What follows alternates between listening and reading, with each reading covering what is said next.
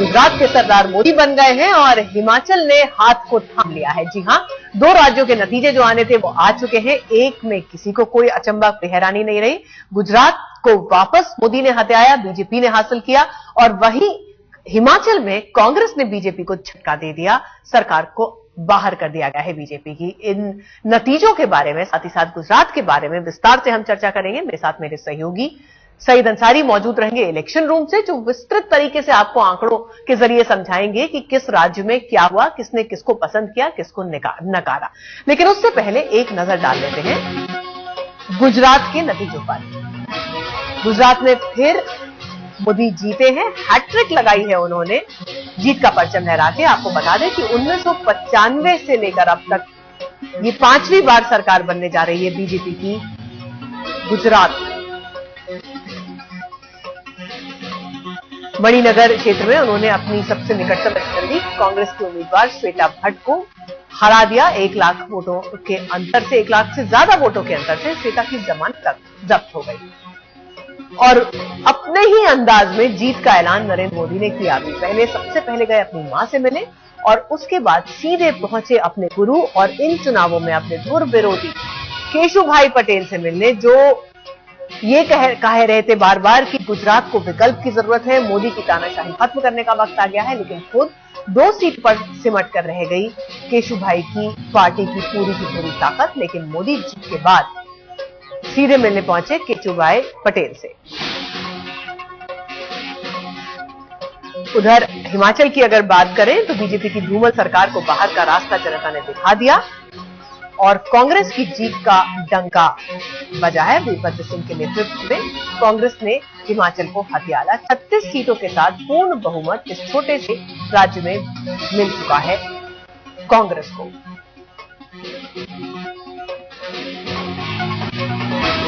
शांता कुमार के घर कांगड़ा में बीजेपी का पूरा सूपड़ा ही साफ हो गया। तमाम चीजें थी, भ्रष्टाचार के ढेरों आरोप थे, साथ ही साथ एंटी इनकम्बेंसी फैक्टर था। विकास की बातें धूमल भी कर रहे थे, लेकिन लगता है कि धूमल का विकास जनता को उतना पसंद नहीं आया और उनको बाहर का रास्ता दिखा दिया गया है। लेकिन अगर गुजरात की बात हम यहां करें तो यहां एक ऐसी जीत जिसकी उम्मीद सबको थी, जिसके बारे में लगभग आश्वस्त सभी लोग बैठे थे। बस यहां खेल आंकड़ों का था। दिलचस्प बात देखिए, गुजरात में अगर हम बात करें तो 182 सीटों की विधानसभा है, जिसमें 92 यानी कि 92 सीटों से ही बहुमत हासिल हो जाता है। लेकिन यहाँ 92 सीटों की बात हो ही नहीं रही थी। यहाँ आंकड़े की जिस बात हो रही थी वो 118, 120, 128 का आंकड़ा था, क्योंकि सब ये जानना चाहते थे मोदी जीतेंगे तो कितने अंतर से जीतेंगे। अभी फिलहाल जो ताजा नतीजे हैं उसके हिसाब से ऐसा लगता है कि लगभग 116 या फिर 117 सीटों पर वापस लौटी है बीजेपी। पिछले विधानसभा चुनावों का आंकड़ा बीजेपी का 117 का था। चलिए हम सईद के पास चलते हैं, वो हमें बताएंगे कि किस क्षेत्र में कितनी बढ़त किसने हासिल की और ये नतीजे आंकड़ों के हिसाब से क्या कहते हैं। जी सईद।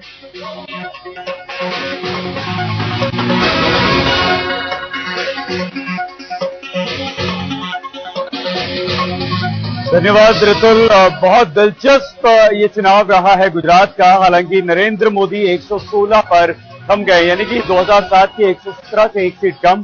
कांग्रेस ने थोड़ी सी तरक्की की है, 59 से 62 यानी कि 3 सीटें ज्यादा।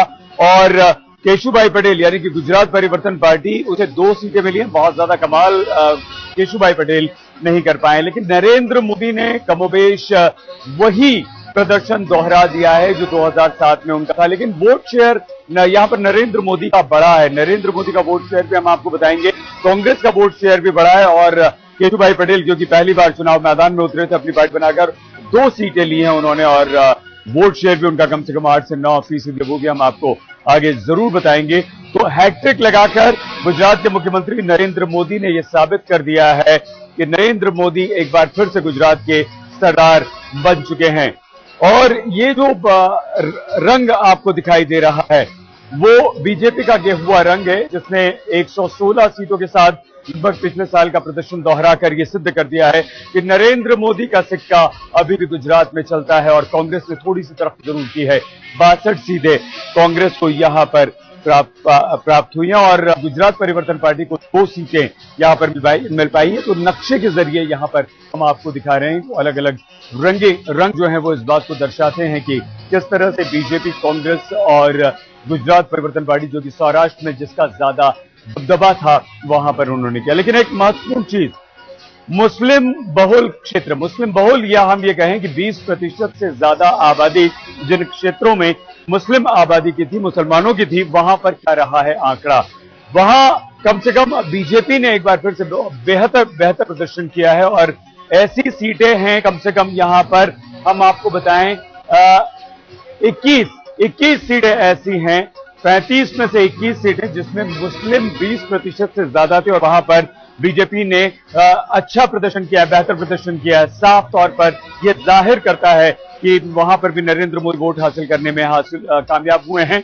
कांग्रेस को 33 से 12 सीटों पर कामयाबी हासिल हुई है। मतलब नरेंद्र मोदी का यहां पर प्रतिशत कांग्रेस से अच्छा रहा है बीजेपी का।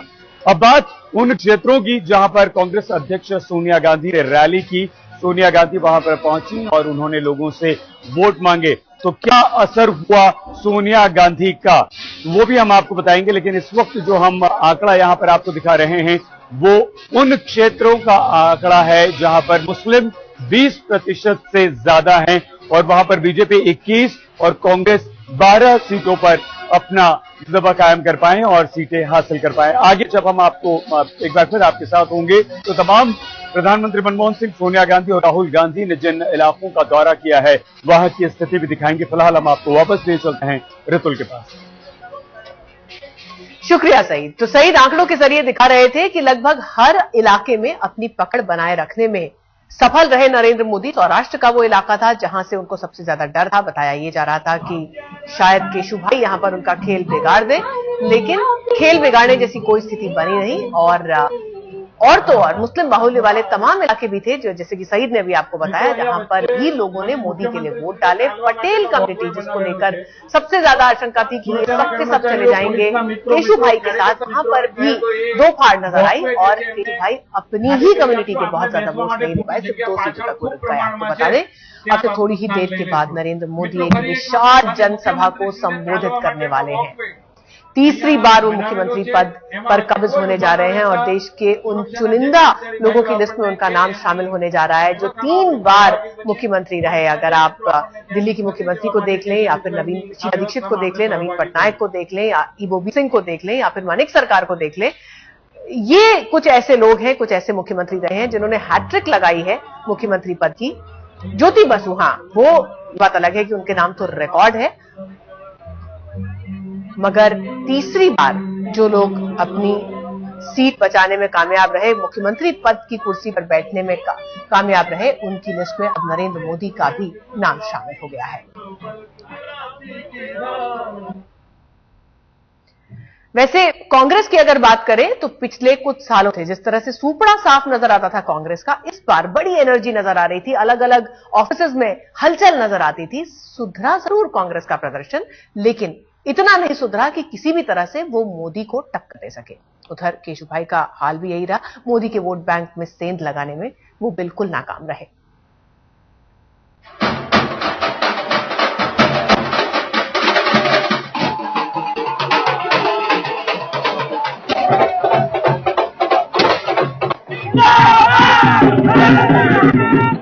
वोटों की गिनती के रुझानों ने जैसे ही मोदी के हैट्रिक का इशारा किया, गांधीनगर का बीजेपी मुख्यालय जश्न से सराबोर हो गया। बीजेपी दफ्तर में जीत का जश्न मनना शुरू हो चुका है। आप देख सकते हैं कि यहाँ पे ढोल नगाड़ों के साथ लोग डांस कर रहे हैं, हाथों में मुख्यमंत्री नरेंद्र मोदी के पोस्टर्स लिए हुए हैं। साफ तौर पे यहाँ पे लोगों के चेहरे पर जो जीत का जश्न है वो देखा जा सकता है। हाथों में मोदी के फोटो लिए हुए हैं और हर कोई ढोल नगाड़े के नाच रहे हैं। मोदी के समर्थक मानो इसी दिन का इंतजार कर रहे थे। नारे लिखी तख्तियों को देखिए, इसमें मोदी की ताकत का एहसास है और कांग्रेस को जवाब भी। कांग्रेस पार्टी ने सांप्रदायिकता का जहर घोलने की पूरी कोशिश की। इसके बावजूद भी समाज के सभी घटकों ने भारतीय जनता पार्टी को साथ देकर जो जीत दिलाई है, इसलिए मैं गुजरात की जनता का हृदय से अभिनंदन करता हूं, उनको बहुत बहुत धन्यवाद देता हूं। और नरेंद्र भाई के नेतृत्व में गुजरात इसी प्रकार से तरक्की करता रहेगा और आगे भी विकास की राजनीति मजबूत होगी, यह मेरा दृढ़ विश्वास है। बीजेपी का दिल्ली मुख्यालय मोदी में नजर आया। कार्यकर्ताओं ने ढोल बजाए, पटाखे छोड़े और मोदी को शेर दिखाकर विरोधियों को ललकार भी लगाई।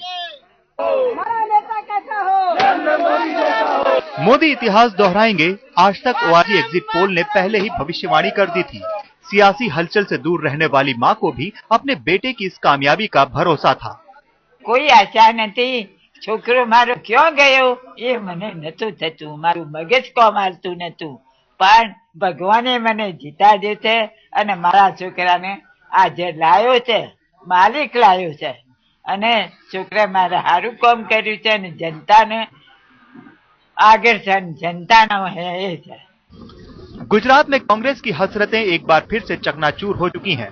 लिहाजा आखिरी रुझान आने के बाद पार्टी ने हार मानने में देरी नहीं की। हालांकि केंद्रीय नेता इस हार में भी जीत देख रहे हैं। जो जनता का चुकादा उसको हम स्वीकार करते हैं और उसमें जो हमें कुछ कमियां रह गई होगी वो कमियां दुरुस्त करेंगे और रचनात्मक विरोध पक्ष की भूमिका जो दी गई है कांग्रेस को वो अच्छी तरह से हम उसको निभाएंगे। The BJP had 117 seats. It has been contained to below 117, where the hype was they will get about 140 seats. The Congress had 59. Congress has improved its tally against a formidable adversary. The real winner, therefore, in Gujarat also is the Congress. And in Himachal, the unquestioned winner is the Congress. So if you take both states together, the winner in this round of elections is the Congress party. Gujarat में सबसे बुरी गत केशुभाई पटेल की हुई, जिन्होंने BJP से बगावत कर गुजरात परिवर्तन पार्टी बनाकर चुनाव लड़ा था। केशुभाई की पार्टी 2 सीट से भी आगे नहीं बढ़ पाई। गुजरात का चुनाव नरेंद्र मोदी के लिए अग्नि परीक्षा के रूप में देखा गया था। नतीजे से साफ है, अग्नि परीक्षा में खरे उतरे मोदी।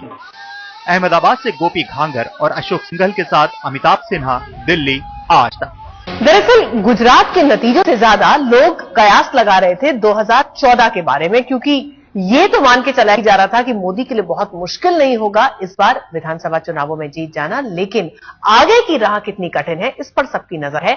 गुजरात विधानसभा से निकलकर दिल्ली की संसद तक मोदी क्या पहुंच पाएंगे 2014 तक? इस बार की जो जीत मिली है वो आंकड़े उनके लिए काफी आश्वस्त करने वाले हैं, उनको काफी कॉन्फिडेंस देने वाले हैं और शायद इसी कॉन्फिडेंस को अपने वोटर्स के साथ बांटने के लिए अब थोड़ी ही देर के बाद नरेंद्र मोदी एक विशाल जनसभा को संबोधित करेंगे अहमदाबाद में बीजेपी दफ्तर के बाहर। और यहां मौजूद लोगों की भीड़ इस बात की तस्दीक करती है कि जो जीत मोदी को मिली है वो किस तरह से जनता ने अपना भरोसा उनके ऊपर एक बार फिर व्यक्त किया है।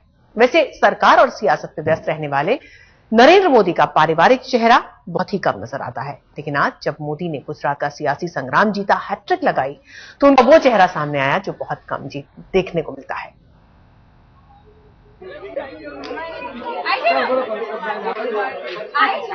सियासत में ऐसी तस्वीरें कम ही नजर आती हैं। गुजरात का दबंग कहे जाने वाले नरेंद्र मोदी जीत के बाद मां का आशीर्वाद देने पहुंचे तो उनकी नई शख्सियत सामने आई। गुजरात में नरेंद्र मोदी की विजय पताका लहरा रही थी। गुजरात के सरदार का पांव मां के घर की तरफ बढ़ रहा था। चुनावी नतीजों के बाद मोदी पहली बार सार्वजनिक तौर पर नजर आए थे।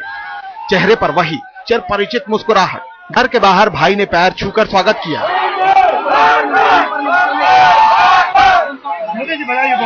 और लोगों का अभिवादन स्वीकार करते हुए सीधे मां के पास पहुंच गए मोदी। मां हीराबा को भी इसी पल का इंतजार था। अपनी नई पारी के लिए आशीर्वाद मांगने के लिए मोदी ने मां के पांव छुए। मां ने भी मोदी पर भरपूर प्यार और आशीर्वाद न्यौछावर कर दिए। मुलाकात बहुत छोटी रही।